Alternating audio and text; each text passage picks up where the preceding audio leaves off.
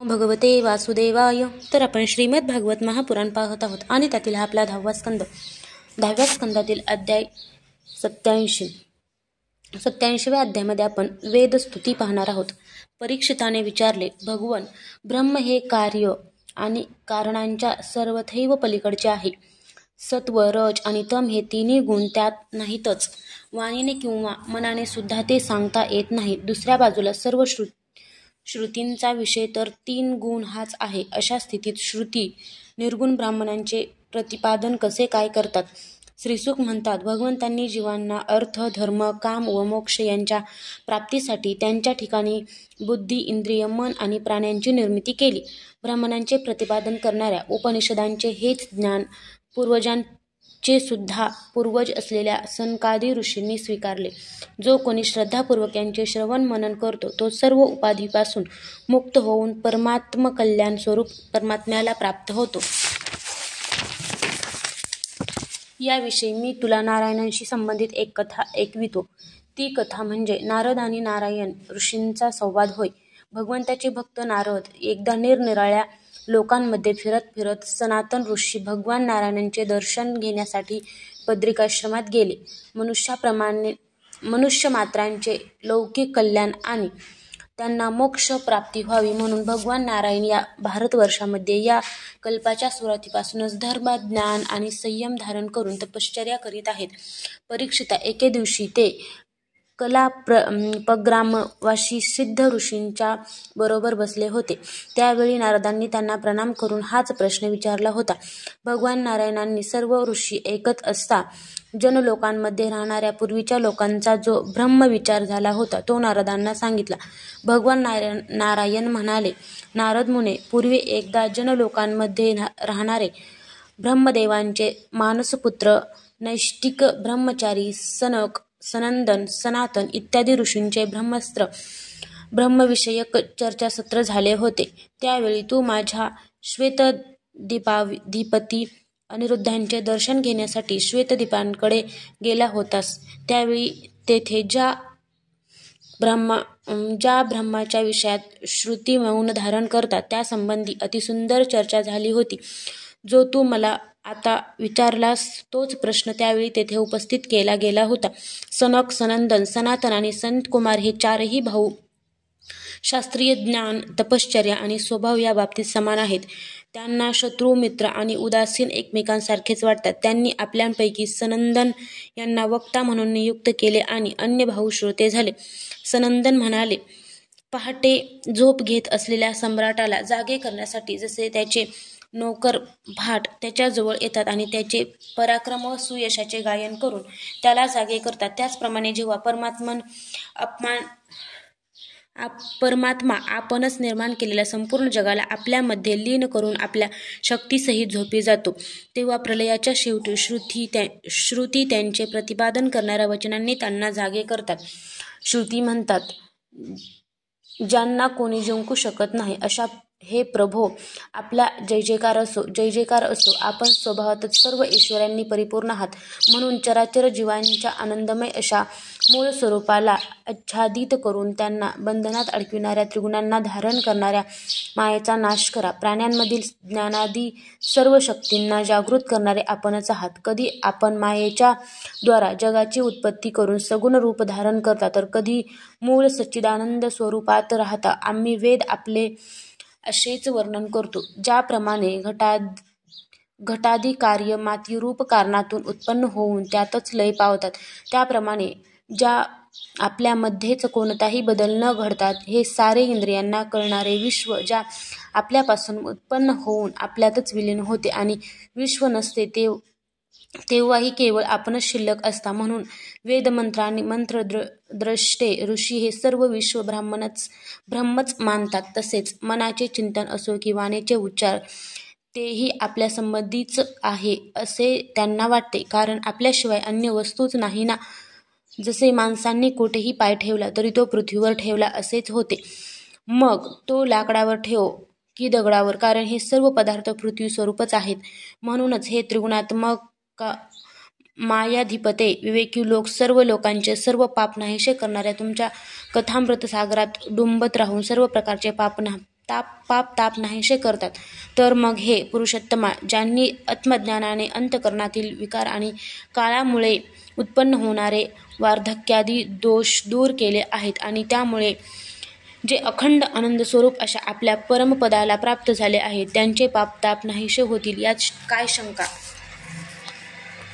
हे भगवन, मनुष्य प्राणी जर तुमची सेवा करतील तरच त्यांचे जीवन सफल होईल, नाहीतर त्यांचे श्वासोच्छ्वास म्हणजे लोहाराच्या भात्यासारखेच होत. आपल्या अनुग्रहामुळेच महत्त्व, अहंकार इत्यादी जड तत्वांनी ब्रह्मांड रचले.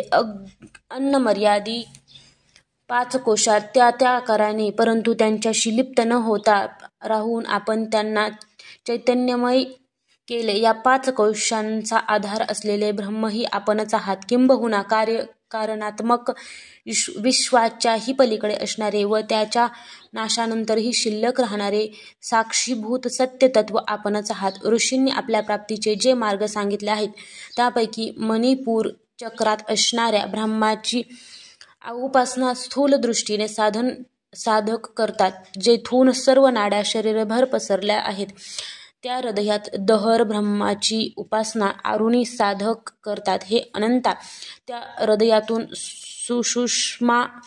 सुषुम्ना नावाची जी एक नाडी तुमच्या साक्षात्काराचे श्रेष्ठ स्थान असलेल्या ब्रह्मरंध्रात गेली आहे, तेथे काही साधक तुमची उपासना करतात. या साधकांना तेथे तुमचा साक्षात्कार झाल्यानंतर पुन्हा या संसारात यावे लागत नाही. स्वतःच निर्माण केलेल्या निरनिराळ्या योनीमध्ये उपादान कारणरूपाने आपणच असून जीवरूपाने जणू प्रवेश केला आहे.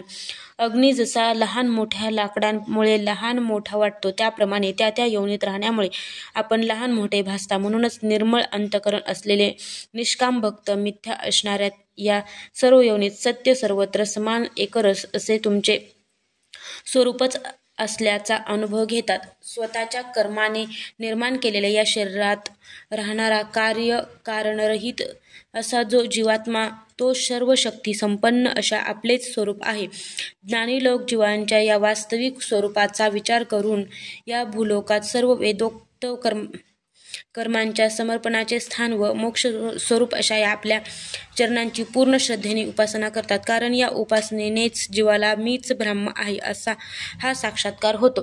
हे परमेश्वरा, कळण्यास अत्यंत कठीण अशा आत्मतत्वाचे ज्ञान करून देण्यासाठी अवतार घेणाऱ्या आपल्या चरित्ररूप अमृताच्या महासागरात पोहून जे आपले त्रिविध ताप नाहीसे करतात, त्यांना मोक्षाचीही इच्छा नसते.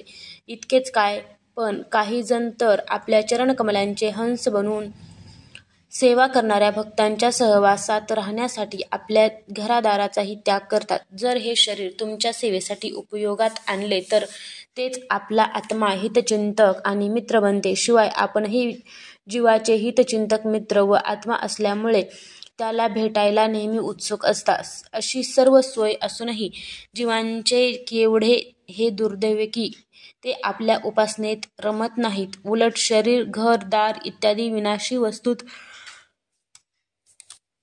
रमून स्वतःची अधोगती करून घेतात. परिणामी त्यांच्या ठिकाणी वासना जडल्याने पशुपक्षादी क्षुद्र शरीरे त्यांना प्राप्त होतात आणि या भयंकर जन्ममृत्यू रूप प्रपंचात ते भटकत राहतात. योगीजन प्राण, मन, इंद्रिय यांचा निग्रह करून दृढ योगाभ्यासाने अंतःकरणात ज्या तत्वरूप आपली उपासना करतात, त्याच तत्वाला तुमचे शत्रू सुद्धा निरंतर तुमच्या स्मरणाने प्राप्त होतात. शेषनागाच्या शरीराप्रमाणे असणाऱ्या तुमच्या बाहूंवर आसक्त होणाऱ्या स्त्रिया आणि तुमची चरणकमले नित्य धारण करणाऱ्या आम्ही श्रुती समदर्शी अशा तुमच्या दृष्टीने सारख्याच. योगाने असो, द्वेषाने असो, प्रेमाने असो की अद्वितीय भावनेने असो, तुमचे स्मरणच तुमची प्राप्ती करून देणारे आहे. हे भगवन, अनादि व अनंत अशा या आपल्यापासून प्रथम ब्रह्मदेव व त्यानंतर आध्यात्मिक व अधिदैविक देवगण उत्पन्न झाले, त्या आपल्याला या जगात ज्यांचे जन्म मृत्यू त्याही नंतरचे आहेत, त्यापैकी कोण बरे जाणू शकेल. शिवाय ज्यावेळी आपण सारे विश्व आपल्यात समाविष्ट करून झोपी जाता, त्यावेळी तर स्थूल सूक्ष्म जग, काळाचा वेग किंवा शास्त्र काहीच नसते. तर मग तुमचे ज्ञान कोणाला कसे होणार.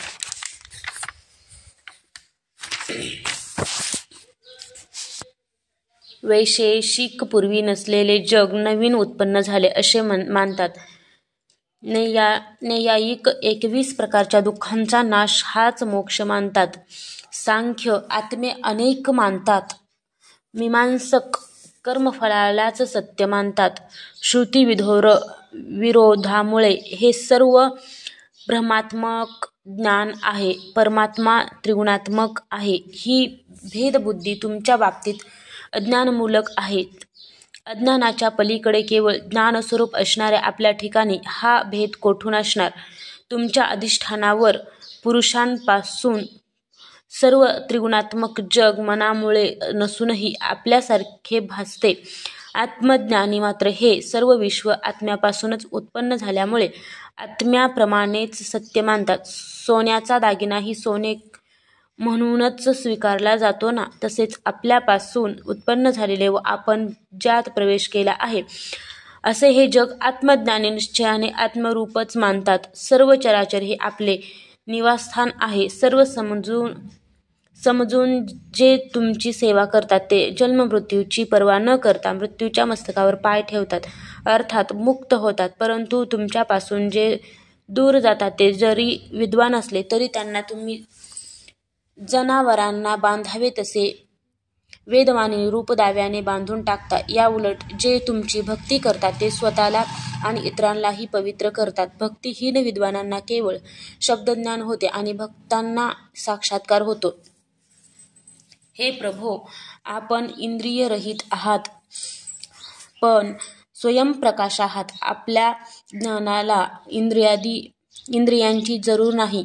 साऱ्या प्राण्यांची इंद्रिये आपल्यामुळेच कार्य करतात.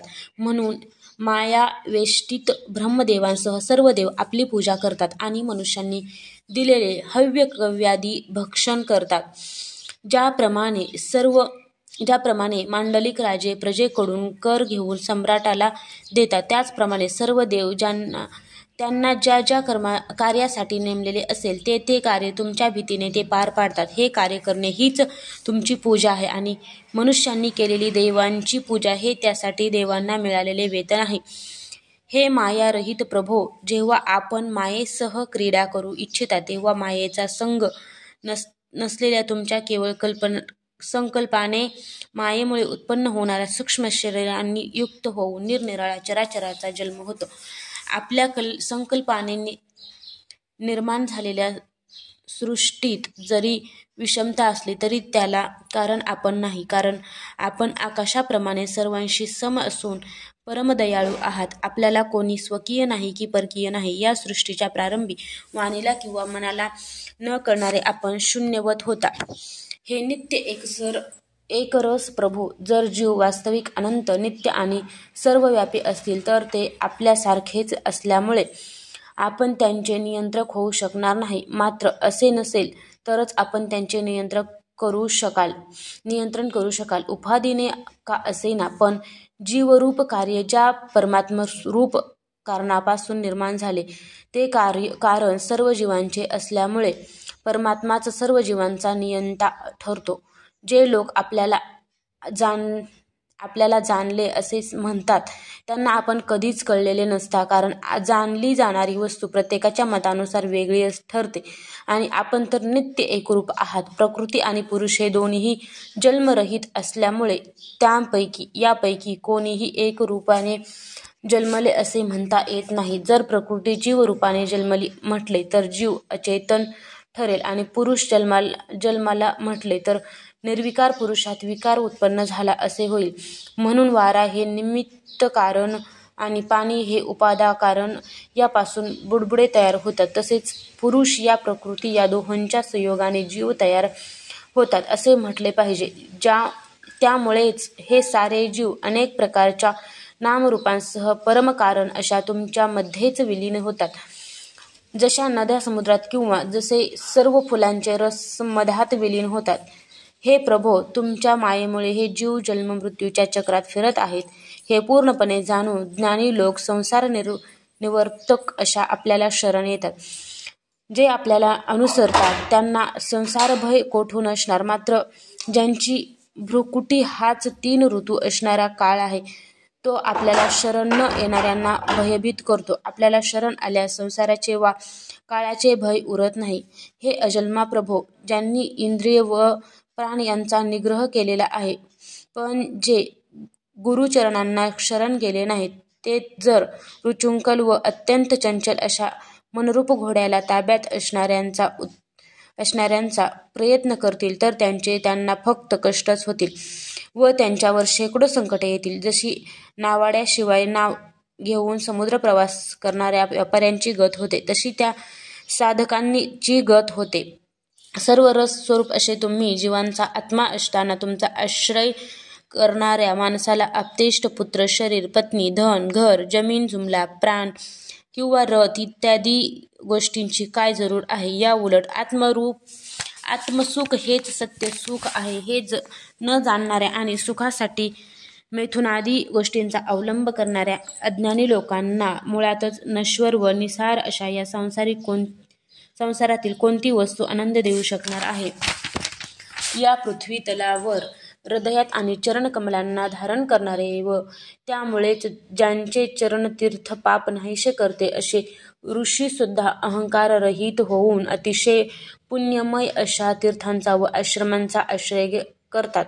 माणसांनी नित्य आनंदमय आत्मस्वरूप अशा आपल्या ठिकाणी एक वेळ जरी मन लावले तरी ते पुन्हा माणसाचे विवेक वैराग्यादी गुण नाहीसे करणाऱ्या घराकडे फिरकत नाहीत. कारण व कार्य एकरूप असतात. या नियमाप्रमाणे हे विश्व सत्तत्वापासून उत्पन्न झाल्यामुळे सत आहे असे म्हणावे तर ते तर्कशुद्ध ठरत नाही. कारण जग हे असत्य आहे, कारण एक कार्य एकरूप असतात. हा नियमही निरपवाद नाही. जसा पिता व पुत्र यांच्यात कार्यकारण भाव असला तरी एकरूपता नसते. काही ठिकाणी तर कार्य काल्पनिक असते. जसे दोरी हे साप भासण्याचे कारण असले तरी त्या ठिकाणचे कार्य साप हा काल्पनिक असतो. या ठिकाणी सर्पाभासाचे कारण केवळ दोरी नसून दोरीचे अज्ञान हेही एक कारण आहे. याचप्रमाणे सत्तत्वाच्या ठिकाणी अज्ञानाने भासणारे हे जग असल्यामुळे ते सापाप्रमाणे मिथ्या किंवा काल्पनिक आहे. व्यवहाराच्या सिद्धीसाठी जग सत्य मानले तरी त्यामुळे काही बिघडत नाही. त्यामुळे ब्रह्मद्वैताच्या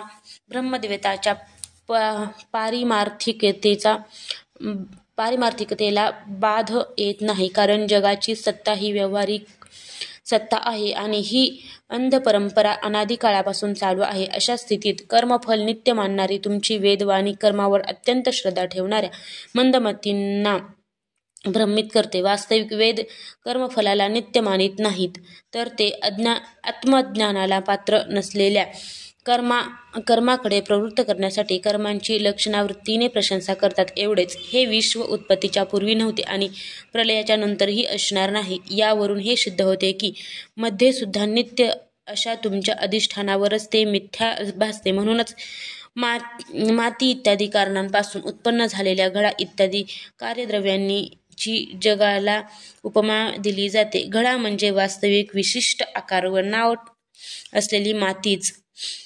तसेच विविध नावारूपांनी नटलेले विश्व म्हणजे एकमेवाद्वितीय परब्रह्मच. पण अज्ञानी लोक मात्र मनाच्या या खोट्या कल्पनावरून जगाला सत्य मानतात.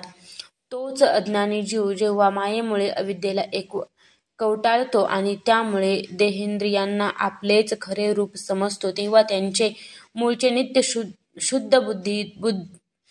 शुद्ध बुद्धादी स्वरूप लोप पावते व तो जन्ममृत्यूच्या चक्रात फिरत राहतो. परंतु हे प्रभो, आपण मात्र सापाने कात टाकावी तसा मायेचा त्याग करता, म्हणून आपले ऐश्वर्य नित्य आपल्याबरोबरच राहते. त्यामुळे अष्टसिद्धीयुक्त अनंत ऐश्वर्यात आपण विराजमान राहता. हे भगवन, अज्ञानी लोकांनी योगी होऊन सुद्धा जर आपल्या हृदयातील विषय वासनांना उखडून फेकून दिले नाही तर आपण त्यांच्या हृदयात असून सुद्धा एखाद्याने आपल्यालाच गळ्यातील मणी आठवण नसल्याने इकडे तिकडे धुंडाळावा त्याप्रमाणे ते आपल्याला शोधत राहतात, पण आपण त्यांना सापडत नाही. जे लोक आपल्या इंद्रियांना तृप्त करण्यातच मग्न असतात त्यांना इहलोकी भोगण्यासाठी उपभोगासाठी द्रव्यार्जन इत्यादींसाठी कष्ट करावे लागतात. शिवाय जन्म मृत्यूपासून त्यांची सुटका झालेली नसते आणि आपले स्वरूप समजून न घेतल्यामुळे त्यांच्या धर्माचे उल्लंघन त्यांच्याकडून होते. म्हणून परलोकात गेल्यावर नरकाची भीतीही राहते. हे भगवन, आपले वास्तविक स्वरूप असणाऱ्या मनुष्याला आपण दिलेल्या पुण्य पापांच्या सुखदुःख फळांची जाणीव होत नाही. त्यावेळी विधी विषेध प्रतिपादन करणारे शास्त्र सुद्धा त्याला लागू होत नाही. शिवाय ज्या माणसांनी दररोज आपल्या प्रत्येक युगामध्ये केलेल्या उपदेशांचे संतांकडून श्रवण करून त्याद्वारा तुम्हाला स्वतःच्या हृदयात प्रतिष्ठित केले, त्यांनाही आपणच मोक्ष प्राप्त करून देता. हे भगवन, स्वर्ग इत्यादी लोकांचे अधिपतीच आपला थांग लावू शकले नाहीत. असे नाही तर आपल्याला सुद्धा तो लागला नाही. कारण जर आपल्याला शेवटच नाही तर तो कोण कसा जाणू शकेल? प्रभो, जसे आकाशात हवेमुळे धुळीचे अनंत कण उडत असतात, त्याप्रमाणे आपल्यामध्ये कालगतीनुसार उत्तरोत्तर दस्तपट 7 आवरणासहित असंख्य ब्रह्मांडे एकाच वेळी फिरत असतात. आम्ही श्रुतीसुद्धा तुमच्या स्वरूपाचे, तुमच्या व्यतिरिक्त वस्तूंचा हे नव्हे ते नव्हे असा निषेध करीत शेवटी तुमच्यापर्यंत येऊन थांबतो. भगवान नारायण म्हणाले, अशा प्रकारे सनकादी ऋषींनी आत्मा आणि ब्रह्म यांचे ऐक्य सांगणारा उपदेश ऐकून आत्मस्वरूपाला जाणले आणि स्वतः ते नित्य सिद्ध असूनही या उपदेशांचे कृतकृत्य होऊन त्यांनी सनंदांची पूजा केली. अशा प्रकारे सर्वांचे पूर्वज असणाऱ्या त्या आकाशगामी महात्म्यांनी सर्व वेद, पुराणे आणि उपनिषदांचे सार काढले आहे. हे ब्रह्मदेवांच्या मानसपुत्रा, तू सुद्धा श्रद्धायुक्त अंतःकरणाने ही ब्रह्मविद्या धारण करून स्वच्छंदपणे पृथ्वी तलावर विहार कर. ही विद्या माणसांच्या सर्व वासना भस्म करणारी आहे. श्रीसुक म्हणतात, परीक्षिता, संयमी, ज्ञानी, पूर्ण काम आणि नैष्ठिक ब्रह्मचारी अशा या नारदांनी भगवान नारायणांनी केलेले उपदेश श्रद्धेने ग्रहण करून म्हटले. नारद म्हणाले, भगवान, परम पवित्र कीर्ती असणाऱ्या श्रीकृष्णांना नमस्कार असो. आपण सर्व प्राण्यांच्या मोक्ष प्राप्तीसाठी रमणीय तलवार धारण करता. नारदांनी अशा प्रकारे आदि ऋषींना आणि त्यांच्या शिष्यांना नमस्कार करून माझे साक्षात पिता असलेल्या श्रीकृष्ण द्वयनांच्या आश्रमाकडे ते गेले. व्यासांनी त्यांचा यथोचित सत्कार केला. आसनावर बसल्यावर नारायणांच्या तोंडून जे काही ऐकले होते ते सर्व नारदांनी त्यांना सांगितले. राजन, मन वाणीच्या पलीकडे असणाऱ्या गुणरहित अशा परमात्म्यामध्ये मनाचा प्रवेश कसा होतो हे तुमच्या प्रश्नांचे उत्तर मी तुला सांगितले. भगवानच या विश्वाचा संकल्प करतात, तसेच त्याच्या सुरुवातीला, मध्ये आणि शेवटी तेच असतात. प्रकृती आणि जीव या दोहोंचे ते स्वामी आहेत. तेच ही सृष्टी निर्माण करून जीवाबरोबर हिच्यामध्ये प्रवेश करतात आणि शरीरांची निर्मिती करून तेच त्यांचे नियंत्रण करतात. गाढ झोपेत मनुष्य ज्याप्रमाणे शरीराचे अनुसंधान सोडतो, त्याचप्रमाणे ज्यांची प्राप्ती झाल्यावर मायेतून मुक्त होतो, अशा चिन्मात्र स्वरूपाने मायेचा निराश केलेल्या, संसारभय दूर करणाऱ्या श्रीहरींचे निरंतर चिंतन करीत राहतात. अध्याय 87 समाप्त.